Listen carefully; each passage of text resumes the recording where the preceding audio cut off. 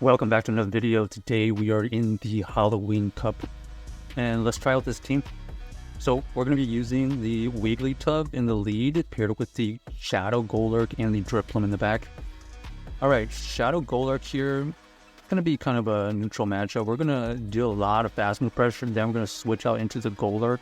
We have to shield once here. And we are going to bait out these Sizer here, so we're going to be able to throw a move. Shadow Punch does get shielded anyway, so we get that shield back. They're going to be able to throw a move here. Ends up being the Night Slash, takes us out easily, but we avoid the buff from them. We're going to come back in here with the Wiggly, close to a move. We're going to fire off the Swift. Swift here does grab a shield, and it looks like our opponent is trying to get us farmed down, so we're not going to allow that to happen. We're going to switch into the Drifblim. They go for the Night Slash. We do shield and we are able to farm down, so their energy is kind of gone. Here comes another Shadow Punch. We do survive it barely, and looks like they have the Oxapex in the back. If we had a healthier Drifblim here, maybe we would have a better chance to take this out. They are going to be able to farm us down, unfortunately, and we are not at another Swift, so GG's to our opponent. Unable to win that game.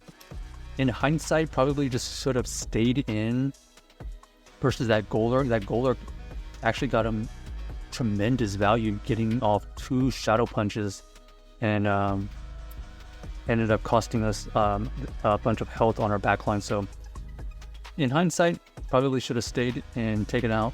Probably had to invest a shield, but on to the next game. We got the Shadow GoLurk this time. Let's see if we learned a lesson. We're going to stay in for now. They are going to be building up energy here. This is potential Dynamic Punch, but looks like we're just going to let it go. Nope, ends up being the Shadow Punch. Now we're going to be able to farm down. So that's the situation. Okay, what is this? Fortress? Okay, Fortress comes back in, and it looks like we are going to stay in because we only really have one counter to this thing. The Shadow GoLurk here is going to be able to resist their fast moves. Potential Earthquake here. Okay, they go for the Earthquake. We do shield it, and we're in a good spot here. They switch out into their Azumarill. We're going to be able to fire off a Shadow Punch here to deal some chip damage. We're going to switch out into the Drifblim. Drifblim here is going to be able to tank a move, or do we shield this? We actually just let it go. We are able to tank it easily. And then here, we're just going to build up a ton of energy. Throw the energy on CAP dive. This is going to get the shield, or it's going to get them low enough for potential farm. We know that this is debuffed, but they used a good amount of energy, so we're going to allow this to go through. We're going to come back in here with the GoLurk. They decided to come back in with the Fortress. This is not enough energy for the Earthquake. Rock Tomb does get thrown. We are going to be able to tank that, farm down, and now all we have to do is just fast move them down. So GG's Drifblim able to win that game with the Shadow GoLurk, taking out the Fortress and getting the Azumarill low enough that they are left with 2 shields, and they decided to GG's quit. Obviously the combination of the GoLurk and our lead Pokemon with the Wiggly is the main core. Drifblim is kind of just hoping we catch some poison types in the back. Alright, here we go. Drifblim switch in is interesting. We are resisting their fast moves. They're going to be able to throw a move here. We know that it's only going to be chip damage. So we're going to fire off a Icy Wind here before they get to their next move. Let's see what they end up doing. They decided to use a shield as well. That's fine because we know that this is debuffed and it's only going to be a chip move. So now that they are energy dry, we're going to be able to farm them down perfectly. They're going to come back in here with the Pangoru. We're going to use our GoLurk here to pressure them.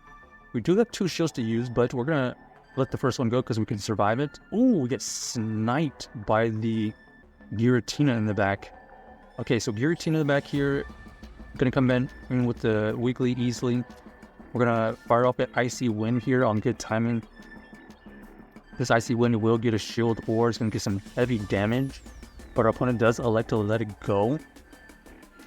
We're going to let the Ominous Wind go, and we're going to come back in here with the Drifblim, farm it down, And now we have a great situation as we have the shield advantage and we have energy advantage. So GG's to our opponent, able to win that game, kind of playing around with the Wiggly lead, staying in, basically taking out their switch in. And unfortunately for them, they were double weak to that Wiggly with their front and back line. All right, next game, let's see what do we find. We got the Wiggly versus the low kicks here. Very good lead.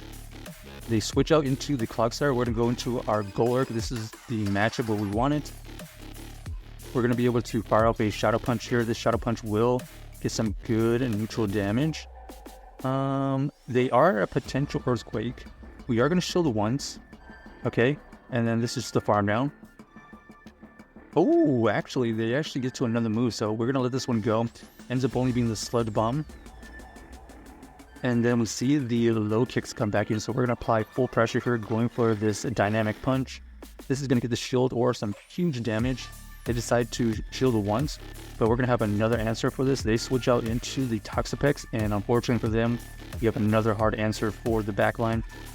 Drifblim here is going to be able to resist their big charge on this, so they only can go for Brian's here. Applying full pressure, we're going to go for this Shadow Ball. The Shadow Ball will get some good neutral damage. They decided to let it go, which is fine. And you can see we are applying a lot of fast move pressure as well. These Astonish are chunking away. Brian goes through again, gets us into the red. We're going to force the action. This is going to get the shield or it's going to get the KO. They decided to let it go, and unfortunately for them, they're looking for a bait win con. But we do have the Wiggly onto the low kicks again, and this is just a farm down opportunity, and they realize that that's the case. So GG's to our opponent, able to win that game. Good alignment, but more importantly, able to match the GoLurk onto their Clogsire, and basically just getting a ton of energy after shielding once. Okay, 11E, interesting, versus the Wiggly is kind of interesting. Unfortunately, we only really have one answer for this. This is kind of a neutral matchup. As you can see, they are able to spam elite plays, and the elite plays are pretty significant, honestly. We're going to go over this switch here. We do grab his shield. Our opponent does get to another elite play. We're going to see if we can farm down at this point. Ooh, unfortunately unable to farm down. They are going to be able to grab this second shield from us.